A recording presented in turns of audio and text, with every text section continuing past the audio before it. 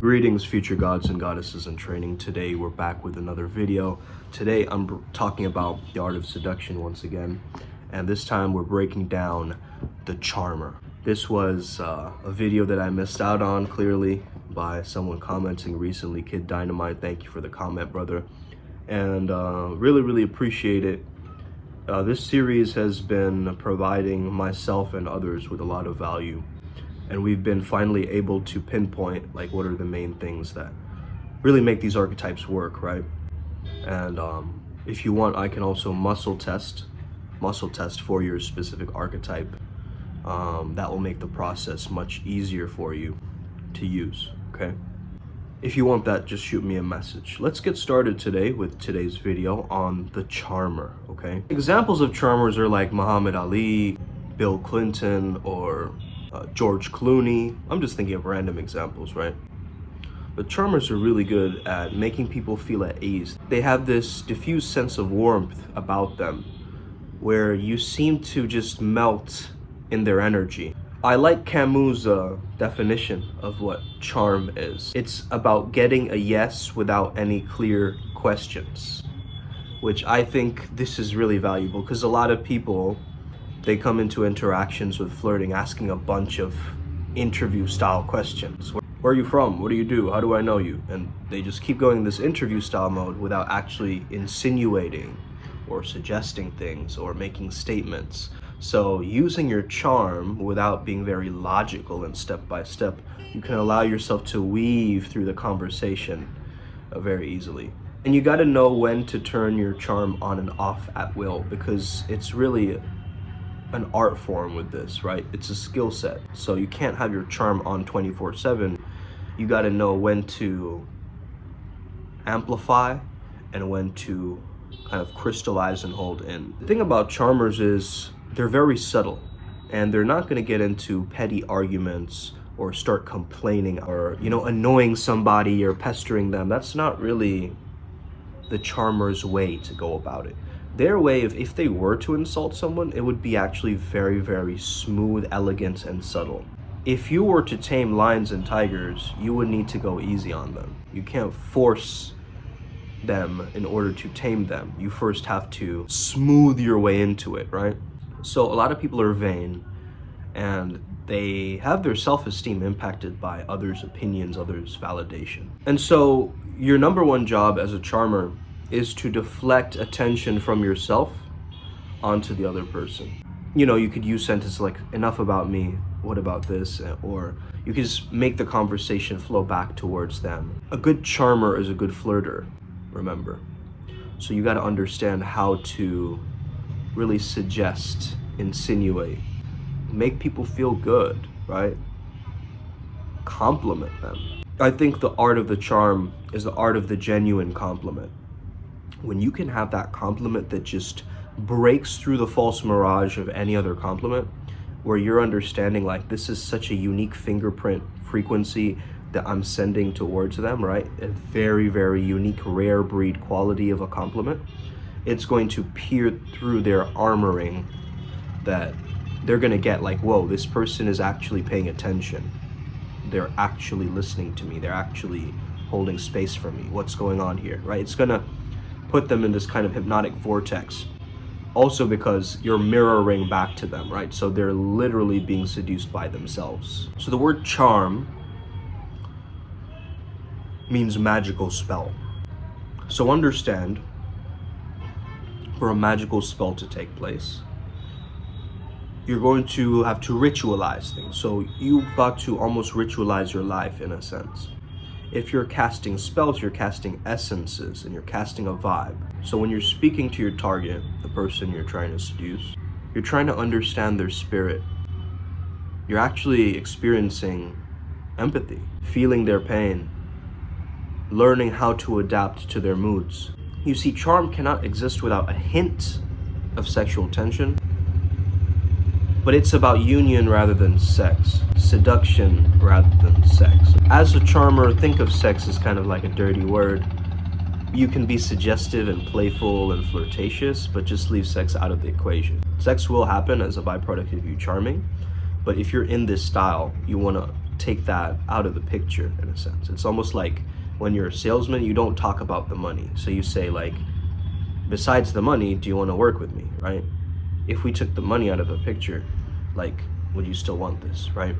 By being a charmer, you can actually use this strategy quite well. I mean, in the book, Benjamin Disraeli was saying, talk to a man about himself and he'll listen for hours, right? So that's the kind of idea around this, is you want to talk to people about themselves. Everybody loves listening about themselves, okay?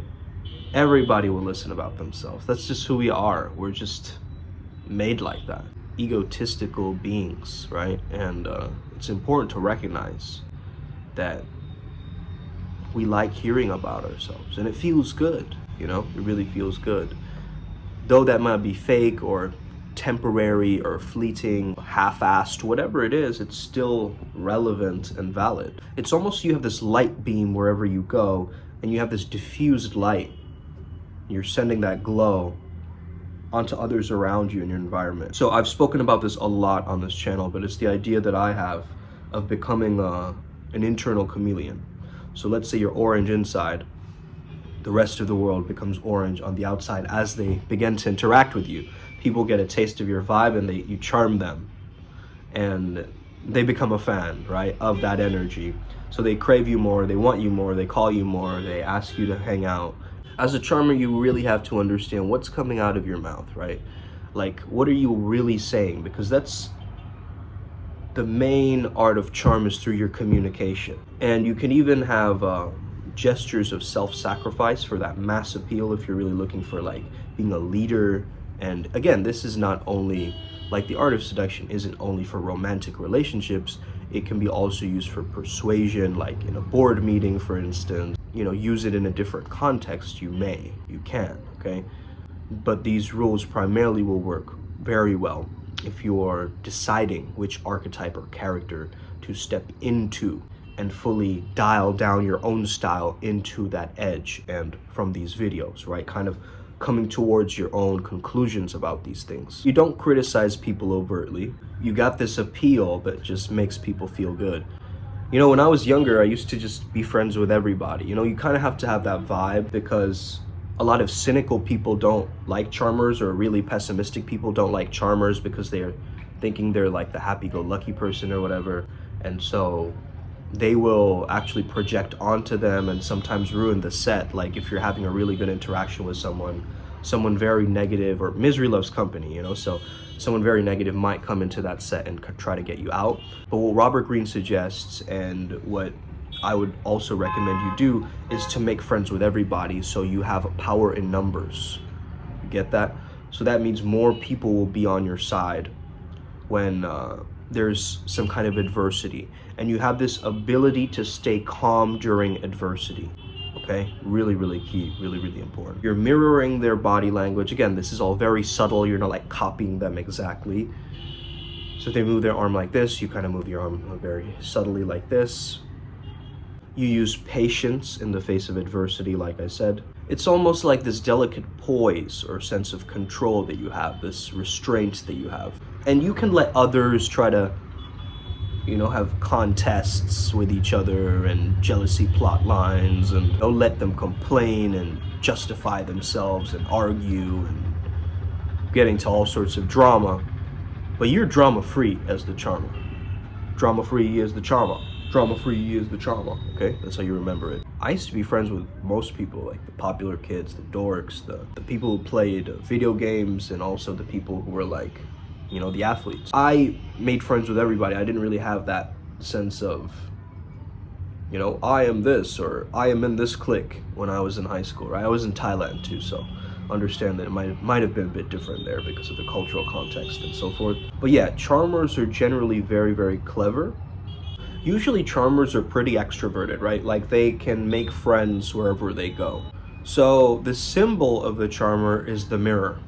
Okay, big surprise there. I mean, people have the greatest love affair with themselves in the mirror. So you want to play to that person's vanity, in a sense. If you hold a mirror up to somebody, you understand that they're looking back at their own reflection.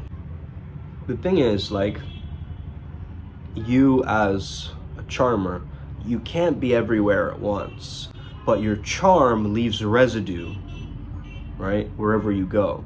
So that orange that I was talking about, like the chameleon, you leave some kind of a chameleon musk, or like some kind of a, you mark your territory, let's just say, so people remember you. So when you come back around again, they feel that same level of that magical spell taking over, or the charm taking over. You've got to know when to hibernate, and you've got to assess when the situation is right in order for you to take action.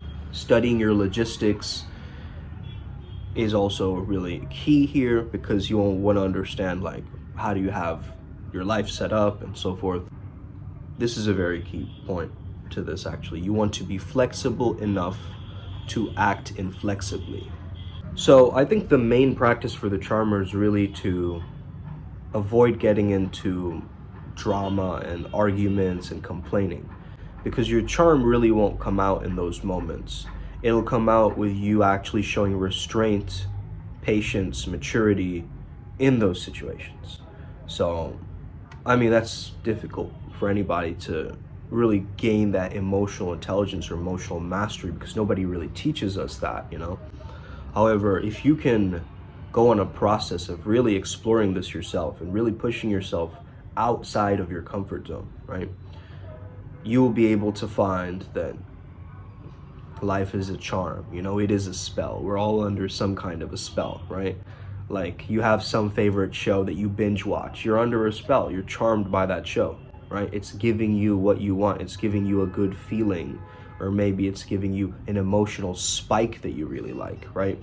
So think about the charmer almost like this, like they're taking you into a space where you're being drawn into their world, understanding that they're actually just reflecting back to you how amazing you are, instead of just always talking about themselves, which a lot of people, you know, when they get self-absorbed and they just start talking about what they're doing without taking into account what the other person is feeling, what they're sensing, how they're moving, or taking any account of their body language, you're going to get very much in your head, you're going to get stifled, and you're going to remain actually pretty stuck.